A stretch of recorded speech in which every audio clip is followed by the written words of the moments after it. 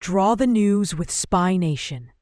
Yo, my ninjas, listen up. You guys know me, I'm always drawing cool and challenging stuff. I wanna one day do my own animation series, so I surf YouTube to find stuff to draw. Today came across this cool, inspiring story from EJAE KPop Demon Hunters. KPop Demon Hunters is a juggernaut. Since its release on Netflix, not only has it become the streamer's most watched film of all time, but the animated feature is the first to have 4 songs simultaneously on the top 10 of the Billboard Hot 100. In addition, the song Golden is now the longest-running #1 by a girl group in the 21st century. Directed by Maggie Kang and Chris Applehands, the story is about K-pop girl group Hunter X. Comprised of Rumi, Mira, and Zoe, who lead double lives as demon hunters. They fight a rival boy band made up of demons while trying to create a final seal to banish them. When they release the new single Golden, they hope the incredible earworm they've conjured will also create the Golden Honeymoon, which would banish all demons forever. It's not easy being a superstar group of pop singers and demon hunters simultaneously. But Rumi, Mira, and Zoe make it at least look like a lot of fun. And they're viciously talented to boot. Awards season is getting underway, and Golden is the current frontrunner for an Academy Award for Best Original Song. It was written by Emmy-nominated composer Mark Sonnenblick, who is known for his work in musical theater and film, and K-pop singer-songwriter and producer EJAE. Hearing EJAE's song demos early in production, the filmmakers cast her as Rumi's singing voice. The credits caught up with EJAE at the Middleburg Film Festival, where she talked about her journey and her role in creating this record-breaking production. EJAE's journey from a long-term K-pop trainee to the singing voice behind Rumi in KPop Demon Hunters has been described by fans as one of endurance, quiet perseverance, and eventual recognition. For years, online speculation claimed she was rejected from idol lineups for being too old. But the truth tells is far more layered, one grounded in timing, company direction, and the realities of the idol system, not her age. According to Chosun Ilbo, one of South Korea's leading newspapers, EJAE trained under SM Entertainment for over 10 years beginning in 2003. Born in December 1991 in South Korea and raised in the United States, she returned to Seoul to chase her dream of becoming a K-pop idol. While attending an international school, she balanced education with relentless training, waiting for her long-promised debut. Her journey, however, was marked by repeated setbacks. The paper reported that several debut opportunities fell through, and by the time she was 23, the chances of joining a girl group had faded.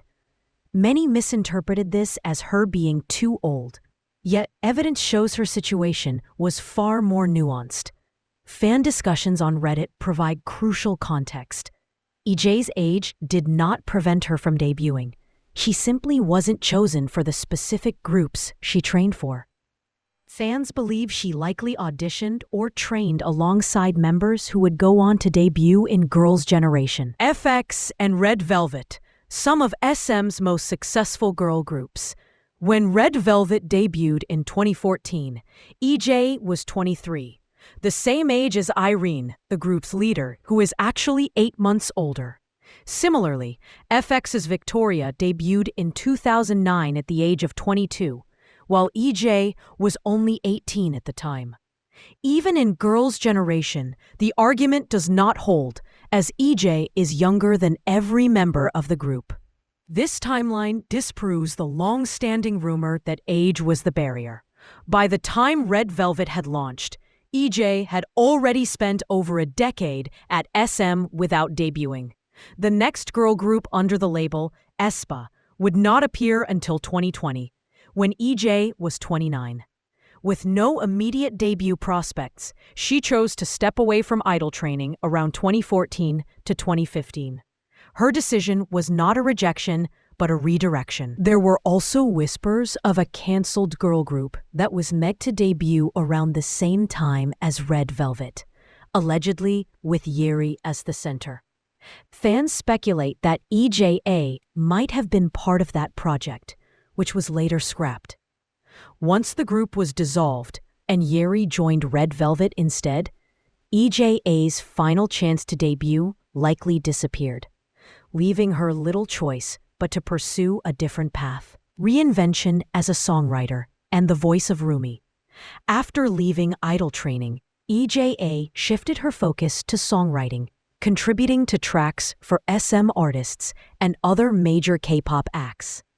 Though she had once aimed to stand on stage, she found her footing behind the scenes, writing lyrics and melodies that shaped the very industry she once sought to join. Her work reflected the depth of experience she had gained from years of training and artistic refinement. A decade later, vindication arrived in an unexpected form. EJAE was invited to lend her songwriting and voice to KPop Demon Hunters, a Netflix and Sony Pictures animation film that combines pop music and fantasy storytelling.